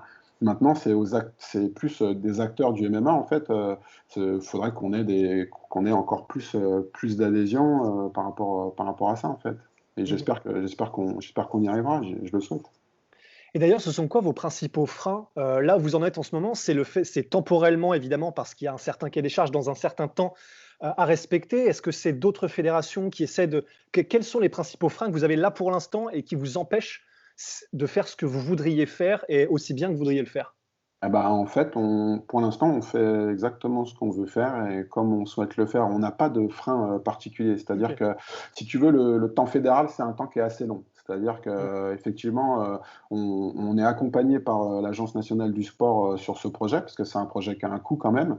Il faut savoir que la fédération de boxe ne mettra pas de fonds propres dans le MMA, au même titre que le MMA ne mettra pas de fonds propres dans la fédération de boxe. Ce sont deux entités qui sont totalement distinctes, il y a une étanchéité entre les deux. Donc ça, c'est ce qu'on avait aussi spécifié dans la MI. Donc en fait, on peut se dire, ah ouais, le MMA, ça va faire énormément d'argent, donc en fait, la boxe, ça va en profiter. En fait, non, ça marche pas comme ça. Et en fait, la boxe n'a pas prévu d'en profiter, et à ce titre, la boxe n'a pas prévu non plus d'injecter des fonds dans le MMA. Donc en fait, ça va dans les deux sens. Ce qui fait que il faut qu'on ait une participation aussi, un accompagnement de l'État. Et en fait, si tu veux, cette attribution de budget, là, ça vient d'être débloqué, donc on va pouvoir aller sur les prochains points d'étape. Par contre, tout ce qui est, par exemple, le logiciel qui va servir aux formations, ça c'est prêt. Tout ce qui est sur le dispositif de formation, c'est en cours avec la direction des sports. Enfin, toutes les communications sont ouvertes. On est aussi en relation avec un des bureaux de la direction des sports pour justement le suivi des pros et comment on pourrait faire pour trouver le truc le plus intelligent et le plus adapté à la situation actuelle, au MMA et puis à la disposition française. Donc on n'a pas de frein, si tu veux. Après, ce que font les autres fédérations, à savoir le fait de dire qu'ils vont proposer à la rentrée du MMA, etc., etc., on va arriver, si les gens suivent ce type de chemin, enfin, si jamais les gens se disent je préfère aller là parce que c'est une fédération qui me rassure, ou moi je suis issu de cette fédération, etc., si on a effectivement des énergies qui partent comme ça à droite à gauche, forcément, ce qu'on disait à propos de l'adhésion, on aura une perte d'adhésion. Donc ça veut dire que ce qu'on va faire, on le fera sur une échelle plus restreinte. Donc en Mmh. fait, si au départ c'est restreint, au bout, ce sera forcément restreint. Donc il faut qu'on ait un effet d'amplification. Il faudrait que les gens aient confiance dans la FFB et dans ce qu'on est en train de proposer pour oser nous suivre, quoi. Mmh. Mais c'est bien encadré. Il y a un véritable effort de communication. Si tout se passe bien, en septembre, comment ça se passe justement? Moi, je veux aller m'inscrire, par exemple, au MMA Factory pour commencer le MMA. Je devrais avoir ma licence et les professeurs qui enseigneront devront avoir passé les diplômes, c'est ça, dès septembre. Alors, on est conscient, comme on le disait, que le présentiel, ça va être plus compliqué. Donc là, Ouais. on n'a pas plus d'informations sur le sanitaire et le déconfinement. Donc nous, on va s'efforcer de de transmettre tout le contenu théorique, ce qui fait que les gens pourront valider les contenus théoriques des premiers degrés et second degrés. Et en fait, on est en train aussi, comme on a lancé justement un appel là et que les gens sont en train de rédiger des contenus pédagogiques, de notre côté, on récupère ces contenus, on les améliore ou pas, on les modifie ou pas, de sorte à pouvoir aussi créer une base pédagogique. Donc ça veut dire Mhm. qu'on espère déjà pouvoir proposer des contenus théoriques et des contenus pédagogiques d'ici à septembre, pour que les gens soient déjà, entre guillemets, formés. La seule chose qu'on n'aura pas faite, ou qu'on n'aura peut-être pas le temps de faire, c'est l'évaluation en présentiel. Mais D'accord. il ne faudra pas que ça pénalise, si tu veux, le début de la saison. On sait que la reprise sportive, surtout là cette année, elle est très particulière, elle est très délicate. Donc le but, c'est pas de pénaliser les clubs, c'est pas de pénaliser les entraînements, les entraîneurs, c'est pas de ralentir le système, mais c'est de s'adapter à la situation et leur permettre de pouvoir relancer leur activité en toute sécurité dans le cadre le plus propice possible, quoi. Et l'adhésion est vraiment hyper importante. Est-ce que les athlètes français seront, entre guillemets, dans l'obligation justement d'adhérer au projet pour pouvoir faire de la compétition? Non, on n'est pas on n'est pas une secte. Non, non, En fait, mais en on va sens, pas. non, mais ce que je veux dire, c'est que ce serait quand même un peu bizarre, je sais pas moi, un combattant français qui est, je sais pas moi, à l'UFC ou au Bellator, qui fasse pas partie justement de la fédération. Ah, en fait, on invite tout le monde à rejoindre le mouvement. Après, il faut savoir que sur les compétitions de MMA, sur la délégation, ça veut dire que en fait, on est habilité à organiser des compétitions de Ouais. MMA. On est organisé à utiliser le terme MMA. On est habilité à faire du MMA et délivrer les titres de champion de France, etc. C'est ça aussi le principe de délégation. Il faut savoir aussi qu'une fédération, une organisation, quand elle vient, elle demande un agrément à la fédération délégataire. Donc en fait, la fédération délégataire, c'est la fédération de boxe. Donc l'UFC, quand il vient en France, il est en relation, tout comme le Bellator, le Brave ou le One, ils seront en relation avec nous et ils auront une autorisation de manifestation. Mhm. Donc, au même titre qu'un combattant étranger devra prendre une licence étrangère, en fait, un combattant qui combattra en France prendra une licence FFV. Mais moi, mon but, c'est pas qu'il prenne une licence FFV. Enfin, je veux dire, tu vois ce que je veux dire, c'est plus Oui, d'adhérer au concept, que ça lui convienne et que ça soit adapté, quoi. C'est ça l'intérêt. mais j'imagine que tu te Parce que dis quoi qu'il aussi, en soit, il devra ouais. prendre une licence. Non, mais à mon avis, je pense que tu as aussi cette envie un petit peu de performance et de te dire aujourd'hui, les athlètes français, quasiment sans rien, hein, enfin, quand je dis pas d'accompagnement, ils arrivent à faire des véritables prouesses. Bien Mais sûr. là, aujourd'hui, maintenant que le sport va être reconnu, je pense que toi aussi, tu te dis d'un point de vue performance, tu vas pouvoir faire des synergies qui sont Bien assez sûr. dingues. Ouais, c'est ce que je te dis quand je te dis, ouais, on va augmenter notre base amateur, on pourra évoluer dans un environnement amateur qui est sécurisé, qui va nous permettre d'avancer chacun à sa vitesse et de prendre en qualification. On va pouvoir s'adresser très tôt à un public jeune qui est en construction et qui va pouvoir développer ses habiletés. On va pouvoir exploiter tout ça très finement. Donc, oui, oui, je pense que, comme tu le dis, avec un cadre favorable, on aura encore plus de résultats. C'est sûr. Et comment est-ce que du coup tu disais que les organisations comme l'UFC ou le Bellator ou n'importe laquelle, elle devra, comment dire, voir avec vous comment s'organiser lorsqu'elle vient sur le territoire français.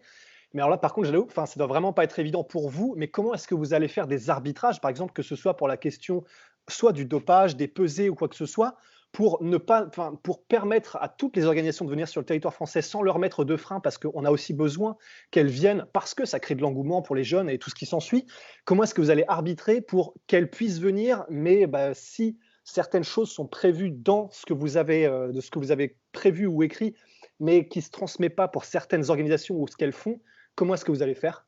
Bah, en fait, le règlement sportif a été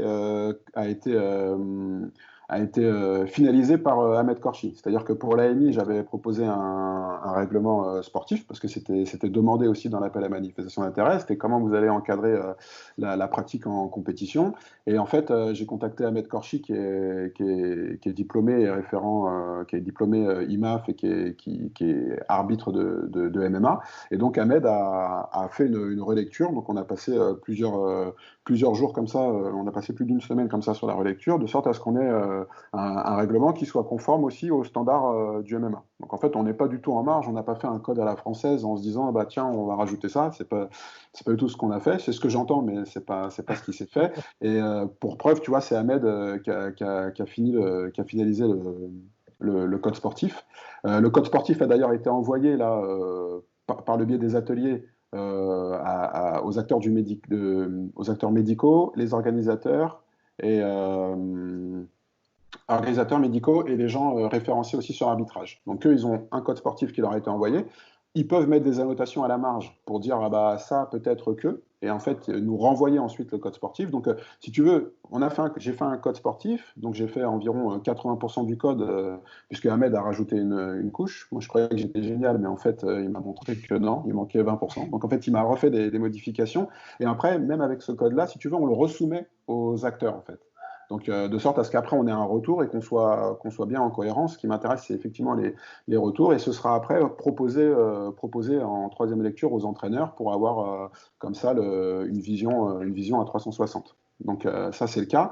Et donc, on s'appuie sur les règles des MMA unifiées et sur le règlement IMAF. Donc, on est dans les clous. Après, en ce qui concerne les pratiques dopantes, comme je l'ai dit, nous, on a des protocoles là-dessus. On a une politique très claire dessus, mais on est de toute manière, et c'est l'AFLD qui est la haute autorité sur le dopage. Donc en fait, si tu veux, c'est la discussion qu'on avait avec eux. Par exemple, aux États-Unis, l'UFC passe par une entreprise, mais qui est l'équivalent de l'USADA, qui est l'AFLD pour le territoire nord-américain. Et ben là, en fait, l'UFC passera directement par la FLD pour tout ce qui est pratique, pour tout ce qui est prévention du dopage et puis pour tous les contrôles, en fait. Mmh. Donc, soit tu mandates une entreprise qui est, entre guillemets, certifiée à FLD pour le faire, mais je ne sais même pas si ça existe en France, soit tu as la FLD qui arrive, et la FLD, en fait, voilà, ils arrivent sur place, il leur faut un local pour faire les prélèvements, donc il faut que ça se soit pensé, et qu'ils aient l'opportunité de pouvoir faire les prélèvements, ils prélèvent quand ils veulent, au moment où ils veulent, ça c'est leur protocole à eux de suivi, en fait. Donc il n'y aura pas de transgression possible. Ça, c'est l'organisation du sport en France, et c'est régi pour tous les sports, hein, c'est régi par la FLD, quel que soit ton sport.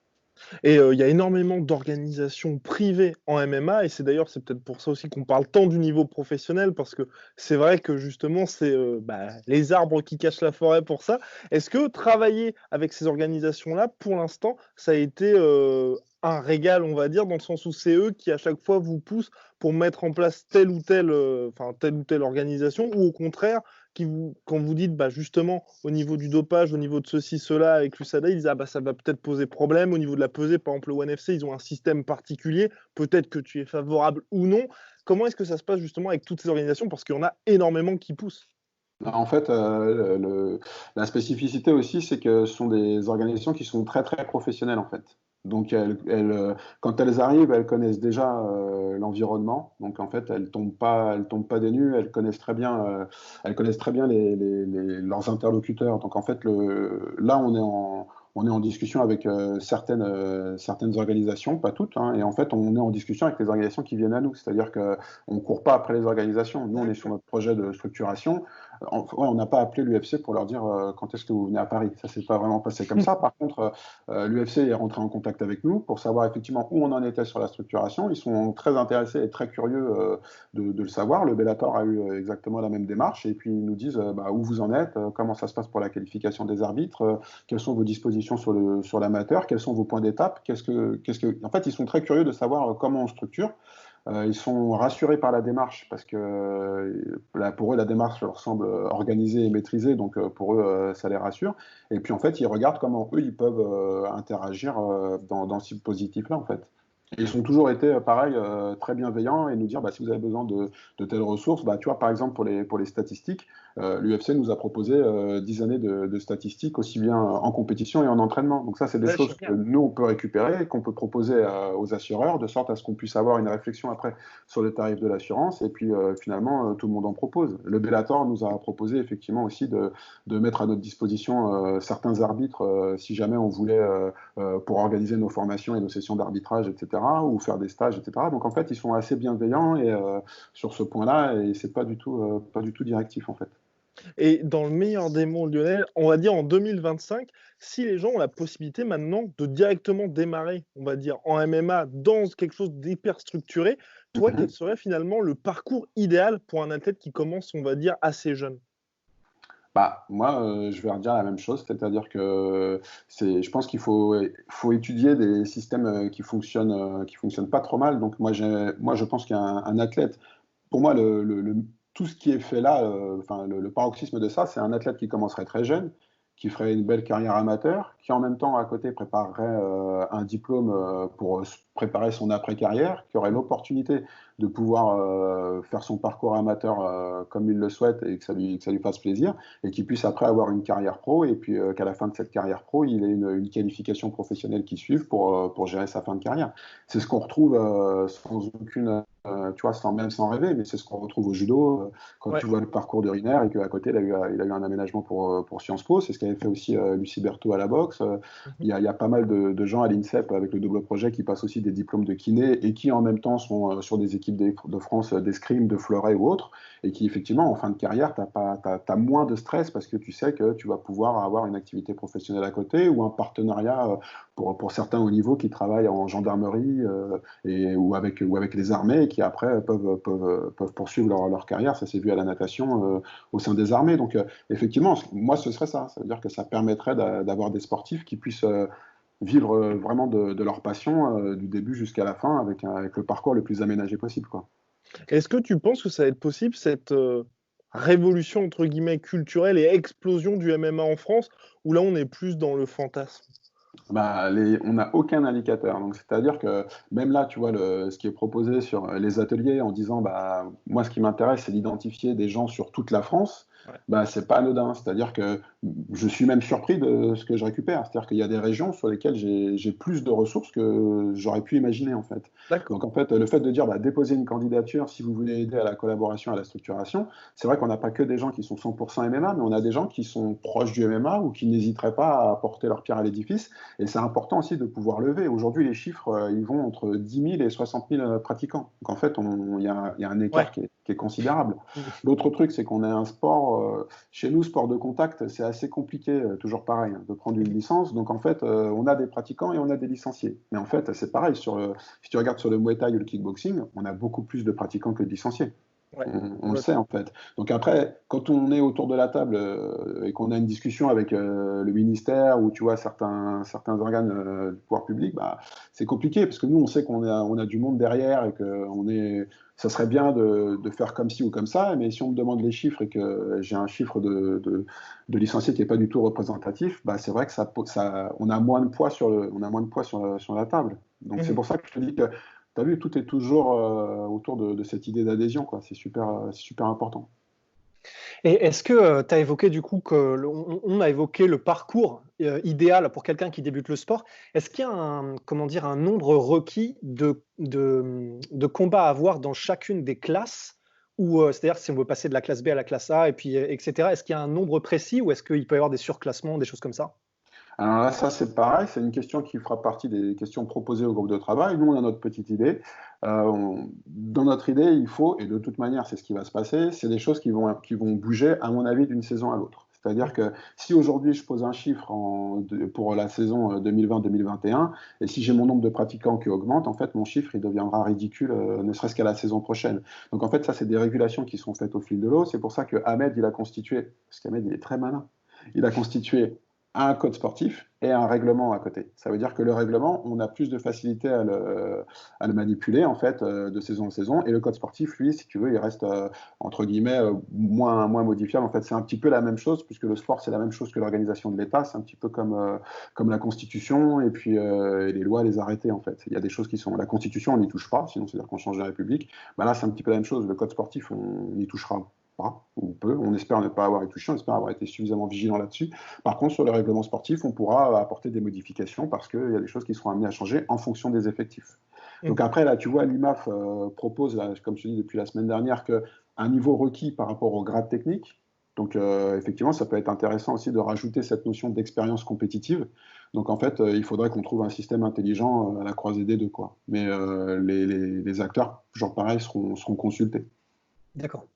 Et j'avais une question par rapport à toi, le fait d'avoir fait cette bascule entre le métier de coach et là aujourd'hui où c'est quelque chose, on va dire, un petit peu plus de bureau, est-ce que là aussi l'adaptation a été un petit peu compliquée ou au contraire, c'est parfaitement ce qui te convient maintenant et tu te verrais pourquoi pas rester là-dedans ou au contraire revenir un petit peu plus sur le terrain, entre guillemets? Alors moi, quand j'avais fait le DES, si tu veux, la finalité, c'était ça. C'est-à-dire que le DES, c'est un diplôme qui prépare à cette fonction et c'est un diplôme qu'on utilise aussi pour parfois, après poursuivre avec le professorat. Et après, une fois que tu as ton professorat, il est divisé en 3 parties. Tu as soit le développement, enfin, tu as le développement, la formation et le haut niveau, en fait. Donc après, bah, tu choisis un des 3 ou parfois les 3, etc. Ça dépend. Donc en fait, moi, j'avais choisi, si tu veux, il y a déjà quelques années, parce que je pourrais pas être tout le temps. Enfin, je vieillis, quoi. Il fallait que je vous le dise. En fait, je vieillis, donc en fait, je pourrais pas non plus tout le temps être, tu vois, être sur le Ouais. terrain. Et je suis content d'alterner entre une partie terrain et une partie et filer un coup de main aussi sur ces trucs-là. Et je sais qu'il y a des gens qui sont pas forcément passionnés par le fait, tu vois, par ces réunions parfois interminables, par le fait de faire des PowerPoint, par le fait de rédiger des trucs de 70 pages, etc. Moi, aujourd'hui, en 2020, ça ne me dérange pas. Et si je peux contribuer et apporter de l'expérience là-dessus et proposer ça, en fait, tu vois, j'en serais très content. Donc, en fait, je suis à cheval entre les deux et je trouve ça, moi, ça me convient tout à fait. Je trouve ça Mhm. très bien. Et j'avais une ultime question, Lionel, parce que, bon, on t'a embêté pour un petit peu de temps, mais c'est Non, vrai que c'est avec c'est rare plaisir, qu'on avec ait plaisir. quelqu'un qui connaisse tout. Justement, c'est quelque chose qui est un petit peu plus compliqué en tant que fan de MMA, nous, et puis observateurs comme toi également. Il y a toujours le cas des combattants qui sont présents trop longtemps dans le sport. Est-ce que pour ça, vous avez prévu quelque chose où il y a des athlètes, par exemple BJPen, qui va peut-être passer tous les examens physiques, mais ensuite, quand tu le vois dans la cage, tu fais quand même, il aurait dû arrêter depuis 10 ans. Est-ce que là, vous avez prévu quelque chose pour dire, bah, 45 ans, on arrête tout? Ou Là, pour à la- d'autres âges, hein, bien sûr. Donc là, en fait, on disait, tu vois, par exemple, on avait posé avec Ahmed 40 ans comme limite. On avait posé 40 ans. Et parce que c'est aussi, voilà, c'est une réflexion par rapport à ça. Cet âge de 40 ans, c'est pareil. Il ne faut pas penser que c'est un âge qui a surgi comme ça, D'accord.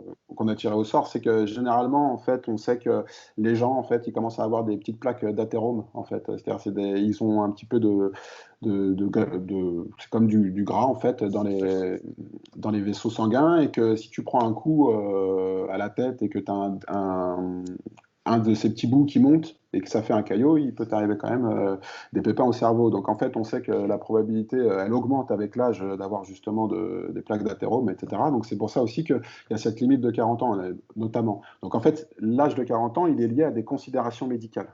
Donc en fait, D'accord. c'est ce que nous on a établi. Après, bien sûr, il y a toujours les principes de dérogation. Donc Oui, donc Yoel Romero, il pourra bien évidemment combattre. voilà, donc après, il y a des gens qui pourront combattre parce que justement, sur le plan physiologique et psychologique et dans le cadre du souci et de la préservation de l'intégrité, eh ben, ça fonctionne et à ce moment-là, il y aura pas de problème. Cependant, Guillaume, j'attire ton attention, Ah, puisque là, en fait, c'est très rigolo parce que là, on peut se poser la question de faire une éventuelle validation technique mhm. pour un athlète en fin de carrière. Et là, à la limite, on se dit, ah ouais, parce que ça nuit un petit peu au spectacle quand même. Mais Ouais. pourtant, est-ce qu'on aurait la même réflexion sur quelqu'un qui, justement, embrasserait la carrière pro? Et en fait, Mhm. tu veux, le certificat de capacité professionnelle que moi je mets en début de carrière, Ouais. bah, en fait, il sert à ça. C'est-à-dire que c'est pour pas qu'on ait des gens où on se dit, ah non, peut-être que lui, il aurait peut-être pas dû combattre. Tu vois. Et en D'accord. fait, tu vois, là, ça semble très perspicace en fin de carrière parce qu'on a des exemples. Parce que tu vois, on a un BJPN qui se balade comme ça et on se dit c'est pas très prudent ou tu vois c'est vraiment une drôle d'idée. Donc là on se pose la question. Et aujourd'hui on l'a pas dans l'œil. Ce qui pourrait se passer si on mettait pas ce même supposé filtre en fait en entrée. Si tu veux, je Mhm. pense qu'on aurait, si on fait pas ça, j'ai peur qu'on ait vraiment des combats. Et en fait, quand quelque chose fonctionne, les gens, ils en parlent à 4 personnes. Quand ça ne Ouais. fonctionne pas, ils en parlent à 12 personnes. Ouais. Donc en fait, il suffit qu'on ait un accident avec un accident. Il suffit qu'on ait un combat qui visuellement soit pas joli du tout. Ouais. Et avec un écart technique qui soit trop important sur quelqu'un qui nous aurait dit ouais mais j'ai fait tant de combats ci, tant de combats là et tout machin et qu'on soit pas à même de le dire et puis le Sherdog c'est pas une science exacte hein. Ouais. Tapologie non plus on sait très bien loin de là. Donc en fait, je ne peux pas me dire je m'appuie sur le Sherdog ou sur Tapologie, et on aurait des écarts comme ça de combat, et après pendant des années. Si tu veux, pendant 20 ans, on s'est battu contre la perception de MMA. On lui voyait des trucs et on me parle encore des combats des premiers UFC en fait. D'accord, oui, Et quand effectivement.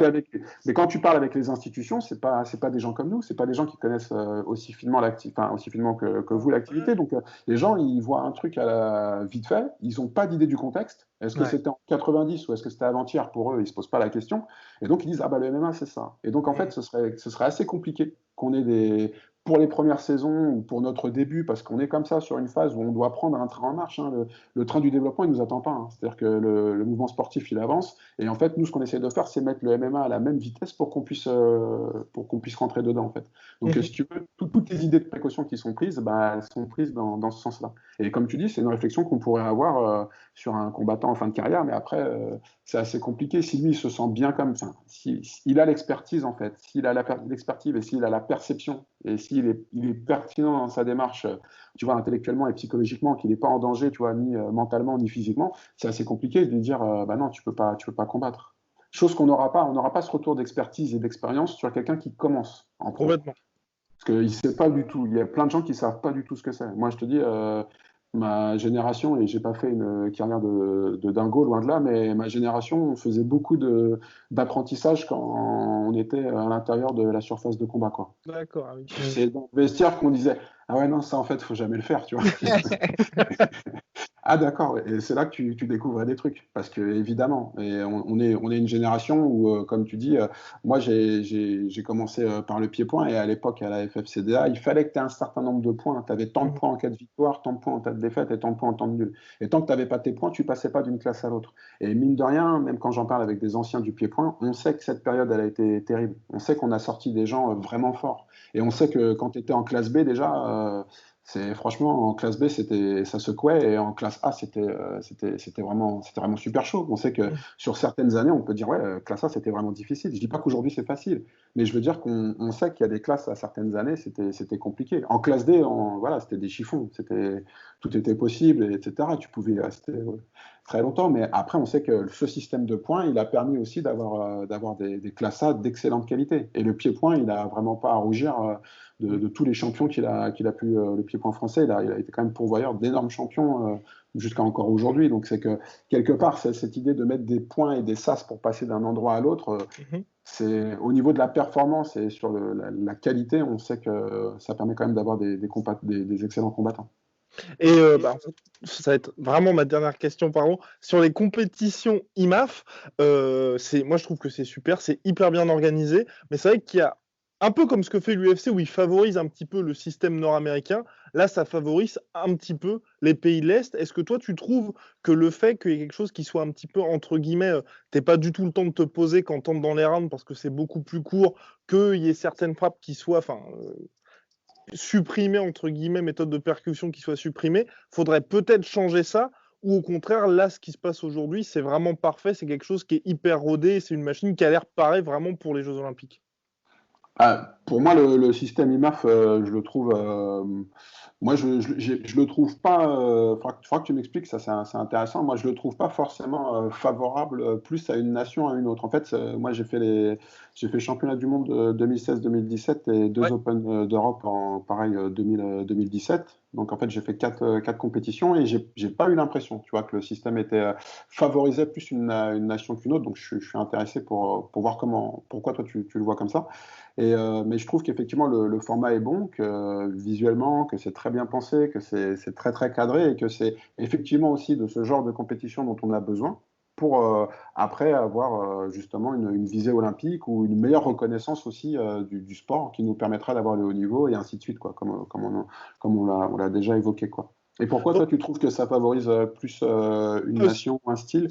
on va dire, comme les rounds sont plus courts et qu'il y a quand même cet accent qui est mis sur le grappling, si par exemple, justement, tu sors de l'école kazakh ou russe et que tu es hyper bon là-dedans et que tu es un Français, on va dire, tu viens un petit peu plus du striking, tu peux te retrouver face à un adversaire qui va faire du lay-on press sur toi et grosso modo te mettre au sol, attendre sagement, hein, bien évidemment, la fin du round et puis ensuite Ouais. gagner tranquillement la décision. Et c'est pour ça, justement, je me disais, pour les strikers, ça peut être un petit peu plus compliqué face à ceux qui sont justement qui sortent de l'artillerie russe, qui ont vraiment tout bien mis en place pour que justement au niveau grappling, ils soient au top.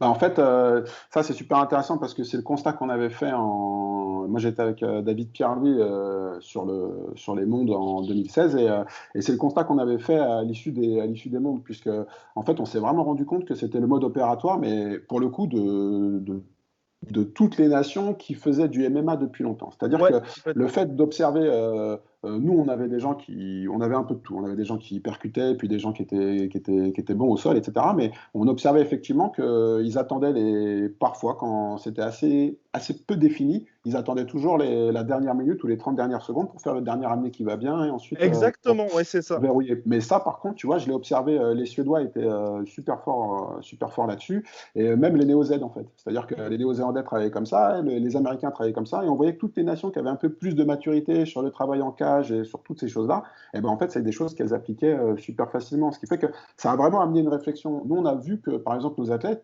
ils n'étaient pas déboussolés. Mais par contre, ils n'utilisaient pas la cage comme un outil. C'est-à-dire qu'entre travailler sur surface ouverte, surface tatami, travailler sur ring ou travailler sur cage, en fait, c'est pas du tout la même chose. Et que là, en fait, pour nous, nos Français, ils étaient dans une surface de combat qui accessoirement était délimitée. Tu vois, c'était ça l'idée. Alors que, faut pas se leurrer, tous ceux qui avaient déjà l'habitude, parce qu'ils avaient un bon circuit amateur national aussi, et notamment les anglo-saxons, et puis comme on l'a dit, certains pays d'Europe, etc., et ben eux, ils savaient très très bien utiliser la cage pour justement les amener à plus pouvoir reculer et pouvoir poser ce dernier ramené dans les 30 dernières secondes. Et en fait, on s'est dit que c'était aussi corrélé au fait que nous, comme tu l'as dit, malheureusement, toutes les structures n'ont pas une cage, on n'a peut-être pas suffisamment de cage pour qu'on puisse travailler.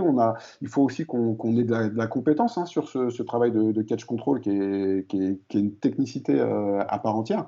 Donc l'idée de la passe pédagogique, c'est ça aussi. C'est-à-dire que s'il y a quelqu'un qui est très très fort sur le catch control et qui dit moi je rédige des fiches ateliers pédagogiques sur le catch control, après on met ça dans la base péda, et puis en fait cette compétence, cette expertise-là, on peut la diffuser au plus grand nombre. Et c'est pour ça que je dis que plus on le diffuse, plus en fait, tu vois, toi dans le Loir-et-Cher, tu savais pas faire hier matin, maintenant tu sais faire du catch control, et puis tu as un truc, et puis ça va amener des pistes de réflexion de ton côté, ce qui fait que toi tu peux l'enrichir, et ainsi de suite. Je veux dire et donc, ouais, c'est l'idée en tout cas.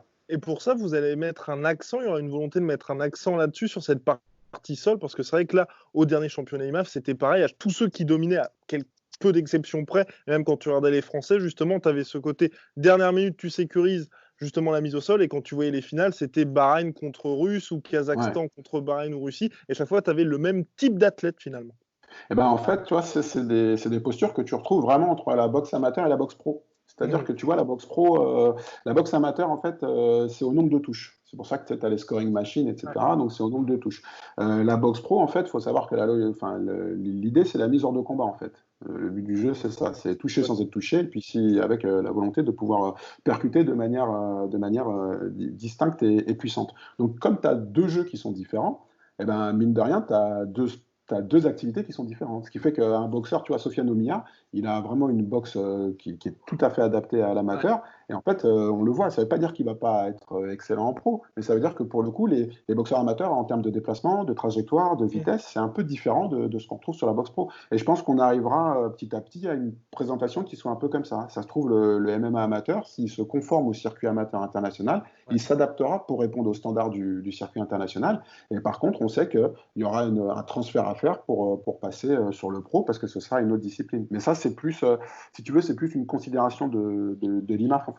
Ça, il faudrait en parler avec Bertrand Amoussou, qui représente la France à l'IMAF. Et invitez-le. Et après, on l'avait déjà invité. Non, mais c'est vrai que ça, et si ça se trouve, on arrivera comme ça à une différence d'activité liée au système réglementaire. Ça, c'est logique. Mais il faudrait effectivement en parler avec Bertrand, c'est intéressant.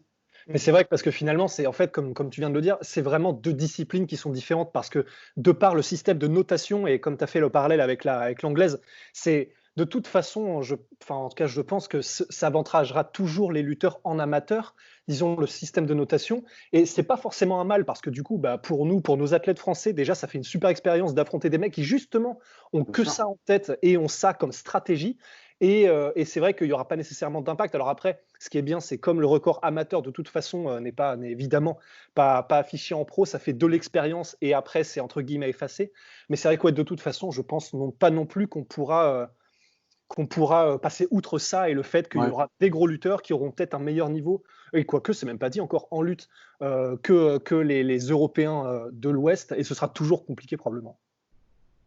Eh bien, Lionel, toute dernière question, là, c'est sur le MMA dans le futur chez les pros, parce que oui, c'est cette fameuse expérience en tant qu'entraîneur. Est-ce que toi, tu vois un changement, entre guillemets, de paradigme et tu te dis, on va encore aller beaucoup plus loin, justement, dans le grappling et dans l'utilisation de la lutte dans les années à venir, parce que maintenant, on voit qu'il y a tout le monde est bon au sol, tout le monde est bon debout, et il faut gagner, il faut la jouer de plus en plus sécurité.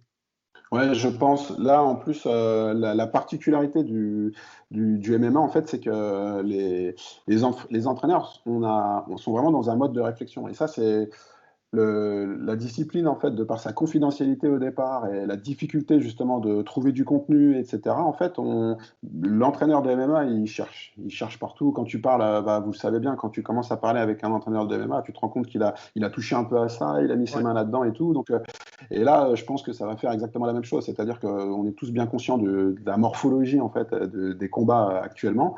Et forcément, on va avoir de la qualification supplémentaire justement sur la lutte. Et comme on le dit, le sport, il est en complète mutation.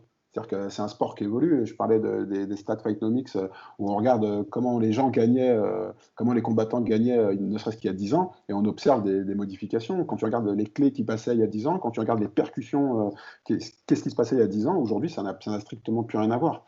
Donc, je pense que comme c'est un sport qui est en totale mutation, ça va continuer de bouger. J'en parlais avec Alassane Gueye, qui est entraîneur des équipes de France de Mouet, et ma réflexion, c'était de savoir, est-ce que le Mouet, en fait, il bouge toujours? Donc, le Mouet, bien sûr, il bouge encore un petit peu, mais par rapport à nous, en fait, par rapport au MMA, puisque justement, il y a plusieurs disciplines qui elles-mêmes sont amenées à évoluer, et puis après, c'est aussi comment toi, tu les mets ensemble les unes avec les autres, et ben voilà, on se rend compte que le MMA n'a pas fini d'évoluer, quoi. Bien, superbe. Merci beaucoup, Lionel. C'était une véritable masterclass. Merci à vous. Merci à vous. Soit.